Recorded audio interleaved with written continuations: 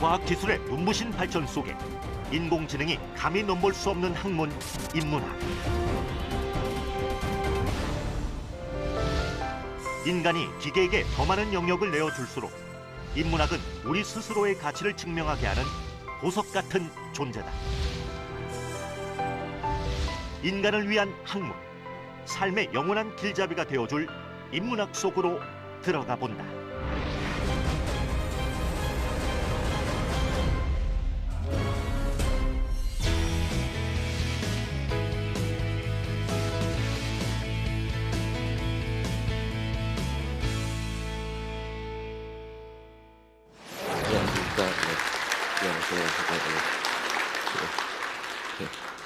이렇게 좋은 자리에서 만나 뵙게 돼서 너무나 반갑고 즐겁고 또 영광입니다. 제가 이제 저도 앞에서 두 분 대표님의 그 강의를 들으면서 이래서 뒤에 하는 사람은 정말 안 좋은 거다라고 느끼고 있었습니다. 왜냐하면 김영견 대표님은 누가 봐도 심리학자의 눈으로 보면 비전이 있는 분이 어떤 분인지를 바로 보여주는 분이고요. 그리고 신여철 대표님은 전형적으로 가치가 무엇인지를 아는 분이세요. 그럼 기업가 정신에서 비전과 가치를 다 얘기해 놓고 난 다음에 저한테 뭘 바라실까?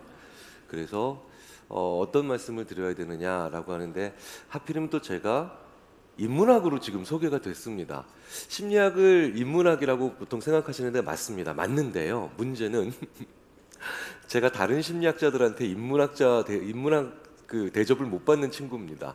왜냐하면 저는 인지심리학이라고 하는 걸 전공으로 하는데요. 인지심리학이 첫 학기에 배우는 학문은 다른 모든 심리학이 성격에 의해 우울증의 치료, 정신분석을 배울 때 저희는 첫 학기에 분자생물학, 네트워크 모델링, 공업수학을 배웁니다. 근데 왜 이런 걸 배우냐면요. 저희 인지심리학자들이 마음을 연구하는 게 심리학인데 몸을 연구해요. 그런데 오늘의 제목이 설득인데 그 앞에 뭐가 하나 더 붙죠. 초전설득입니다. 몸에 관련된 얘기를 잠시 저는 드리고 가면 될 것 같습니다. 왜냐하면 이 자리에는 중요한 설득과 결정을 하셔야 되는 분들이 앉아 계시니까요. 우리나라에서 살아있는 심리학자의 책으로 가장 많이 팔린 책이 로버트 치알디니의 설득의 심리학이에요.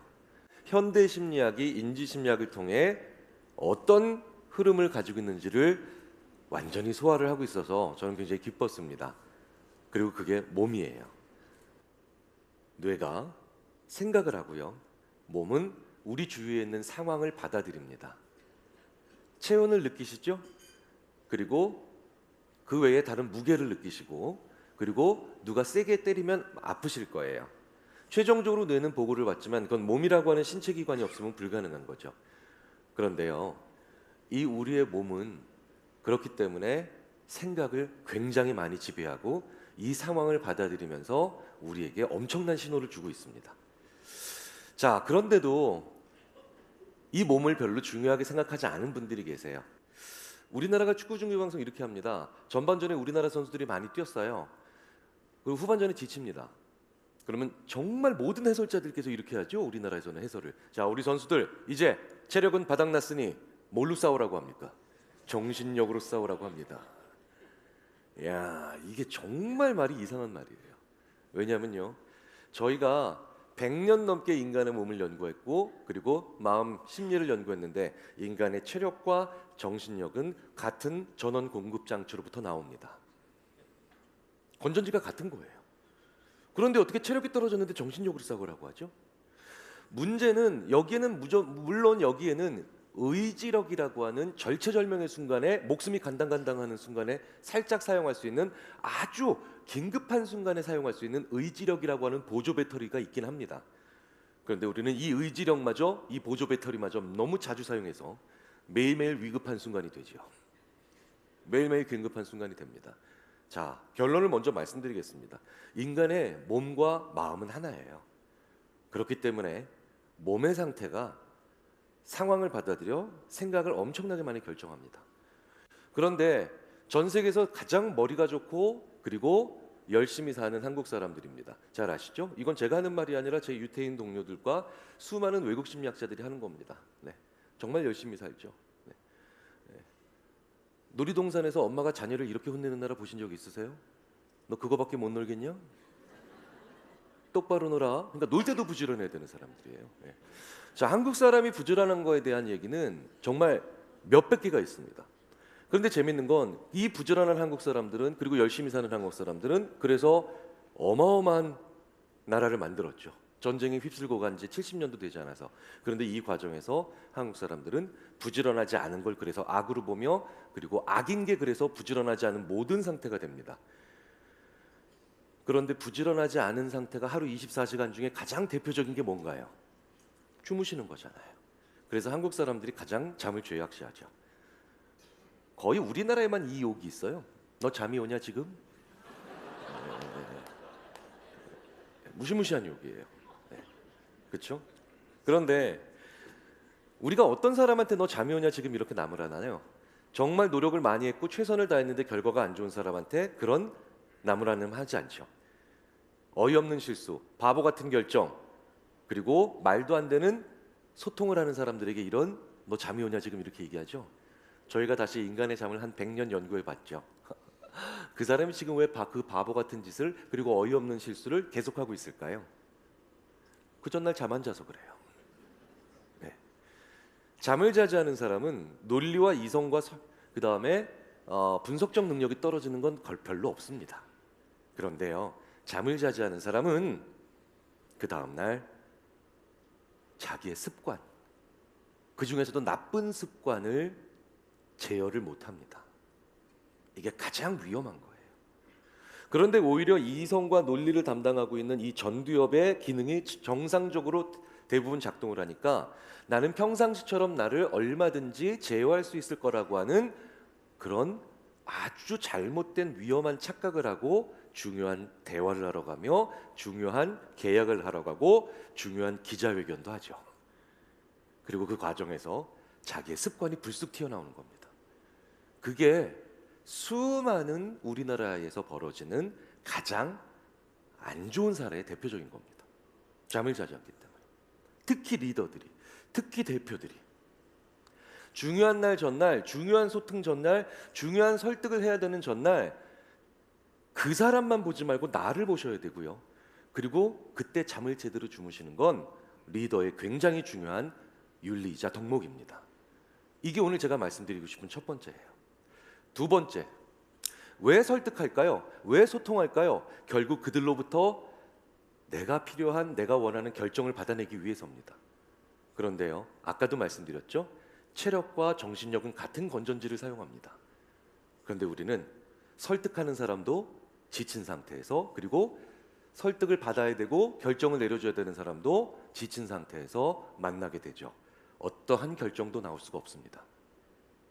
결정은요, 아주 사소한 결정조차도 정신적 에너지를 아주 극단적으로 많이 소모하게 만드는 가장 스피디하고 그리고 연비의 효율을 떨어뜨리는 아주 고비용 저효율 의사결정 과정입니다.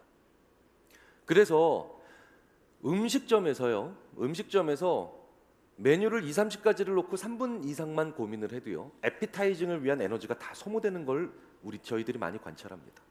그래서 맛집은 대부분 메뉴가 하나 아니면 두 개죠. 네. 반인륜적인 메뉴판을 가진 음식점들이 있죠. 네, 모모 천국 막 이런 것들이 있죠. 네, 이런 회사들. 거기서 3분만 고민하고 먹으면 그 어떤 것도 맛있지 않습니다.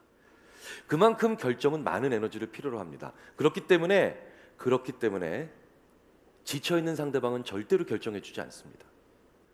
지쳐있는 상대방에게 소통하려고 하고 그리고 설득하려고 합니다.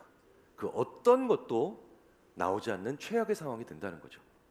자, 그렇기 때문에 오전에 설득하십시오. 오전에 설득하셔야 되지, 오후에는 거의 설득되지 않습니다, 사람들은. 하나 마지막으로 더 말씀을 드리고 제가 마치겠습니다. 유태인 심리학자들이 뿐만 아니라 다른 외국의 모든 심리학자들이, 야, 어떻게 너희 한국은 이런 독특한 언어를 사용해? 뭐가? 이거 일본어에도 없고 중국에도 전혀 없는 패턴이야. 뭔데? 전 세계에서 우리 와이프라고 하는 이 이상한 표현을 너희 한국 남자들만 쓴다. 우리 남편이란 표현도 써. 우리 와이프라고 하는 표현 영어로 바꾸면 our wife예요. 놀라운 표현이죠. 네. 우리 남편 our husband. 이게 배우자와 연인을 공유하는 전 세계에서 가장 엽기적인 문화가 건설되고 있습니다. 네. 이런 말도 안 되는. 근데 실제로 우리나라 사람들은 나를 써야 될 때 우리를 써요.